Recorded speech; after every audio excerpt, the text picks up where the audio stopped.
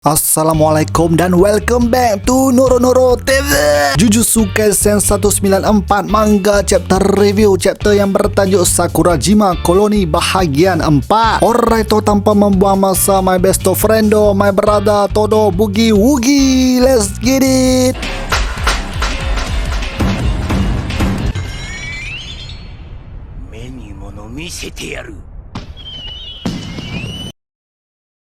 Naoya yang telah bantai Maki dalam chapter sebelum ini meluahkan perasaannya. Naoya berkata dia terkenangkan masa dia kanak-kanak, yang kanak-kanak tak boleh buat apa yang orang dewasa lakukan. Tapi apabila menjadi dewasa, orang dewasa akan lupakan yang dahulu mereka tak mampu buat semua ini semasa masih kanak-kanak. Inilah apa yang dirasai oleh Naoya sambil kita dapat lihat Noritoshi bergerak menuju ke arah Naoya dan Maki. Maki ketawakan Naoya dan bertanya sejak bila Naoya pernah jadi dewasa. Naoya ni pi cari penyakit. Apabila menjawab siapa tahu kenapa kita tak tanya mai saja. Maki merenung tajam ke arah Naoya yang membuatkan Naoya berkata, takutnya. Maki bangkit semula di saat Naoya diserang dengan anak panah daripada Noritoshi. Maki cuba menendang Naoya tapi Naoya mengelak dan Noritoshi muncul bersama sejumlah darah yang banyak mengelilinginya. Noritoshi gunakan darah tersebut seperti pedang yang mengejutkan Naoya. Naoya fikir yang Noritoshi sudah tentu akan mati kalau darah yang banyak tu ialah darah Noritoshi sendiri, atau Noritoshi guna darah daripada beg yang dia bawa. Noritoshi kelihatan penat, jadi Naoya terus faham situasi sekarang. Noritoshi kawal darah di luar badan dia itu dan dia juga masukkan darah tu semula ke dalam badannya. Nampaklah macam darah tu tak keluar, namun cara itu hanya akan meletihkan Noritoshi dan Naoya pun tahu kalau berterusan macam tu Noritoshi akan mati. Noritoshi memberitahu Maki yang Maki tak boleh mati sekarang. Mereka perlukan Maki, jadi Noritoshi akan alih pandangan Naoya supaya Maki dapat keluar dari koloni Sakurajima. Maki jawab dia takkan buat macam tu sebab tinggalkan Noritoshi bermakna Noritoshi akan mati. Noritoshi berkata tapi mereka berdua tetap akan mati dalam situasi sekarang. Maki punya organ dalaman cedera teruk disebabkan serangan gila Naoya yang semestinya tak dapat dirawat hanya dengan berehat. Tapi Maki jawab dia okey saja sebab dia cuma perlukan sedikit masa. Maki akan sembuh dengan sendiri dalam tempoh 5 minit. Noritoshi bertanya berapa kemungkinan mereka dapat menang. Maki jawab 8-2 dan Maki lebih yakin yang dia dapat tewaskan Naoya. Noritoshi berkata itu cukup baginya dan dia diingatkan oleh Maki untuk tidak mati dalam masa 5 minit. Noritoshi akan cuba walaupun bagi dia hidup atau mati sudah lagi tidak penting kepadanya. Naoya pun bersedia untuk menyerang Noritoshi dan Maki. Noritoshi menghasilkan pagar yang diperbuat daripada darahnya dan dia berjaya mengelak daripada serangan Naoya tersebut. Naoya sedar yang Maki telah hilang dan dia langsung tak dapat kesan Maki. Dalam erti kata lain, Naoya bandingkan yang Maki sama dengan Toji. Noritoshi berpendapat bahawa kelajuan Naoya tak boleh dibandingkan tapi ketahanan dia lebih tinggi berbanding Hanami. Bentuk serangan Naoya yang seperti cengkerang itu mesti kemuncak ketahanannya sebab Naoya punya badan tak hancur dalam kelajuan yang dahsyat. Sebagai pertukaran kiranya Naoya bukanlah kebal sangat pun. Noritoshi fikir yang Naoya lemah kepada darah oleh pengguna teknik blood manipulation yang seperti racun kepada ke spirit. Noritoshi juga terbayang tentang lubang di belakang badan Naoya. Pada ketika itu Naoya memukul Noritoshi yang membuatkan dia melayang jauh di dalam hutan. Kemudian Naoya serang lagi menggunakan badannya. Noritoshi cekup Naoya dan muntahkan darah ke dalam lubang belakang badan Naoya. Naoya berhenti dan Noritoshi mula jatuh ke bawah. Naoya tak percaya yang Noritoshi boleh bertindak seperti demikian. Noritoshi rasa yang Naoya fikir Noritoshi dalam keadaan yang takut kehilangan darah dan akan cuba sebaik mungkin untuk tidak keluarkan darah. Walau bagaimanapun bila Naoya datang dekat saja, Noritoshi sudah pun bersedia lancarkan serangan piercing belak yang kena tepat cepat pada Naoya. Dalam masa itu Noritoshi fikirkan tentang mak dia yang dia rasa bersalah sebab tak dapat jadi leader klan dan jaga mak dia. Kita dapat lihat memori Noritoshi semasa dia masih kecil bersama kedua ibu bapanya. Noritoshi rasa dia tak layak hidup di mana-mana sambil Naoya tak terkesan pun dengan serangan Noritoshi tadi. Lagi sekali Noritoshi diserang dan Noritoshi tak berhenti diserang oleh Naoya. Dia bertekad untuk korbankan dirinya sekiranya tindakan itu dapat membuatkan kawan-kawan dia dapat hidup dengan baik. Naoya bersedia untuk tamatkan riwayat Noritoshi. Tiba-tiba muncul dua pemain baru di situ. Seorang menyebut sumo dan seorang lagi menyebut katana. Habis chapter ni dan no break next week. Nampaknya betul lah teori kita yang bantuan luar telah tiba walaupun bukan dengan sengaja dan kita tak kenal pun siapa. Lagi excited macam tu sebab kita boleh saksikan watak dengan teknik-teknik yang baru. Maki boleh sembuh dengan sendiri menunjukkan badan orang yang terkena Heavenly Restriction ni memang bukan biasa-biasa. Kebal nak mampus, Maki akan comeback jadi senang hati aku. Alright geng, sampai sini saja video aku. Komen pendapat anda mengenai chapter ini. Macam biasalah geng, jangan lupa untuk like, share dan terima kasih kepada yang dah menjadi saudara. Kepada yang belum subscribe, come on man, join the family, subscribe. Jumpa lagi di episod seterusnya. Noro-noro.